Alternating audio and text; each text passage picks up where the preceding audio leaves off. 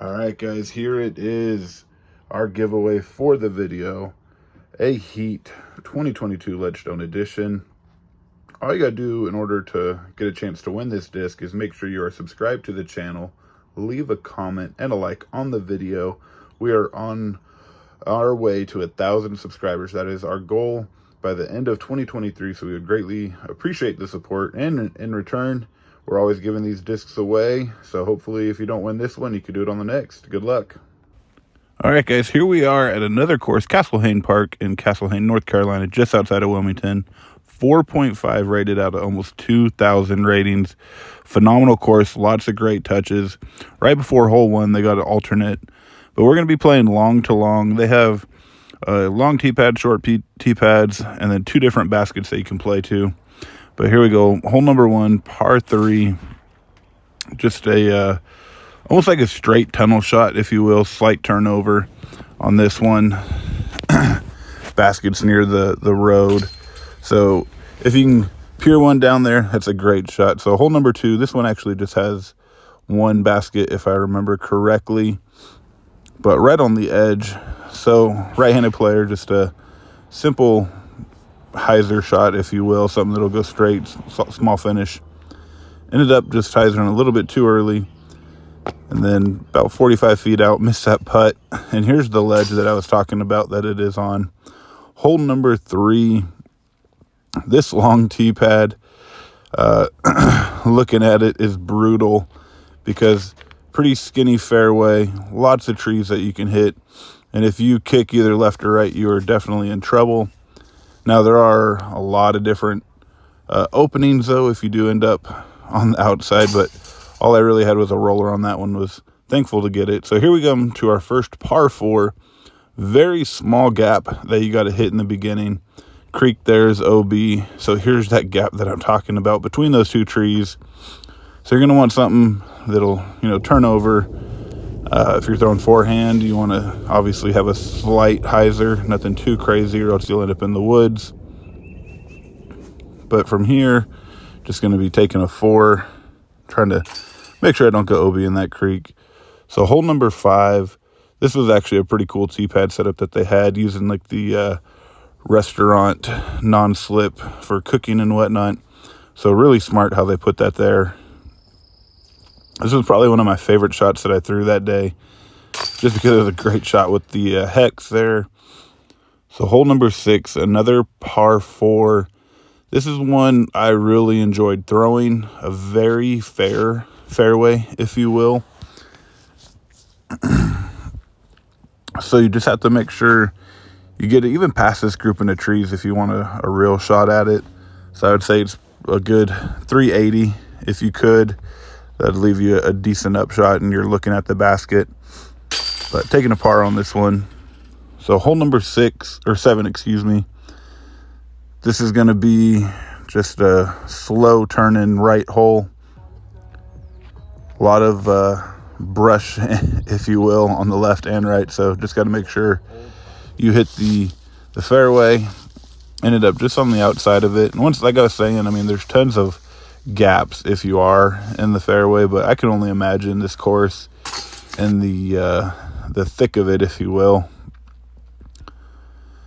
All right, so here we go, par 5. This one was very interesting how it's going left to right, or it goes left, a little goes to the right, kind of goes back left, zigzagging, if you will. So I'm throwing something a little understable on forehand just to kind of crash into the fairway. End up just on the outside of it. Pretty sure I had a cut roll here. So just going to be quite a few forehands trying to get down there. And this, like I said, this was such a fun par 5. I think it is very fair just because of the angles and getting cut off and whatnot. So tapping in par there. Hole number 9. These holes, I always enjoy these ones where it's just a really, really hard turning right shot. So I'm often to throw a high hyzer and something that'll just kind of come straight down. Anytime you're exiting out like that of the woods, I think it's really fun. But just going to be tapping in for par there. So hole number 10, you're going to be crossing the park, or the park area. And from here, they actually had a really cool elevated basket on this one. Really enjoyed the touches, like I said. A lot of small little details here and there. And that was one of them. I didn't play to that one because I was playing to the long position. But you'll see here in a second the photo of it. So this is the birdie putt. Happy with that. But here it is. Cool elevated pin position. Well, hole number 11. Very unique. Another very unique design hole. Huge opening there. Then it comes back in. Very small gap. So I wanted to throw something that would kind of skip out into that opening, trying to have the best look. And I skipped a little too far. I would have obviously liked to have been probably like 20 feet further in to have a better look at it, because I had to force a turnover shot to get there and just kind of had a late tree kick. And once again, just finding one of those small little gaps. And these greens where these baskets are, they're very fair. Lots of good openings. So number 12, this is a par 5. Really, once again, a really cool hole. The creek that's right there on the side. So throwing a mid-range because I didn't want to go too far and end up in that creek bed. Ended up just right here on the edge. And I wanted to throw the same disc, so that's why I'm switching it out. I was going to throw something really overstable, but I wanted something that'll just ride this long alley. So just peered that shot. It is a very tight fairway. I mean, one bad tree kick, you're going left or right. So I can see how this could be a par 5. I was able to get a 3 on that one, so extremely happy with that. But you have to have 2 perfect shots, in my opinion, on that one to get a 3. So felt good, and then tried to throw another flex and right into the trees. Was not a good flex shot, so coming up way short on that one. But that one is a pretty straightforward shot. So here we go, hole 14. Just like I said, the way they have these designs with the trees and the fairways, just excellent. Very fair course, wide open fairways on the back 9, but it's a little bit more open on the back 9 than it is on the front 9, in my opinion.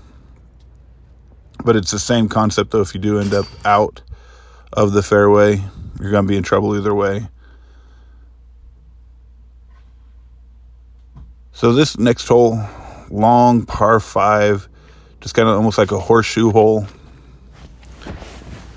Wanted to, a lot of forehands, in my opinion, for me and my game style. But if you enjoy turnovers, going to be the same exact way. This is just kind of going left to right. And on that shot, you may have heard it, I actually hit the chains on the short basket. Missed that putt. But here we go, hole 16. This was a fun shot right here. I loved this one. Taking my MV, just throwing it down the middle. Really happy with that result. Thought it was going to be an ace. Just ended up on the backside. But anytime you can peer a gap, it's one of the best feelings, especially at this course with how many trees there are. So if you can get away with not hitting the tree, great feeling. Hole 17, par 4. Just got to make sure you can go either way on this one, but you just got to make sure you commit to it, get as far as you can down, because if you don't, there are quite a few trees in the fairway to where I feel like it would be pretty tough to get a good approach shot. So just got to really find that lane. All right, so moving on, hole 18. This is probably going to be one of the more open holes, if you will, but going to be slightly going to the right, baseball field to the left, OB. Going to be throwing a turnover on this one. So really happy through the insanity. Thought I had a great shot, just a little short of hitting that opening and getting to the main gap. But from here, a little turnover, tap out for par. But overall, guys, this park, absolutely amazing. Highly recommend it. You will not be disappointed if you are in the Wilmington area. Hope you guys enjoyed the video.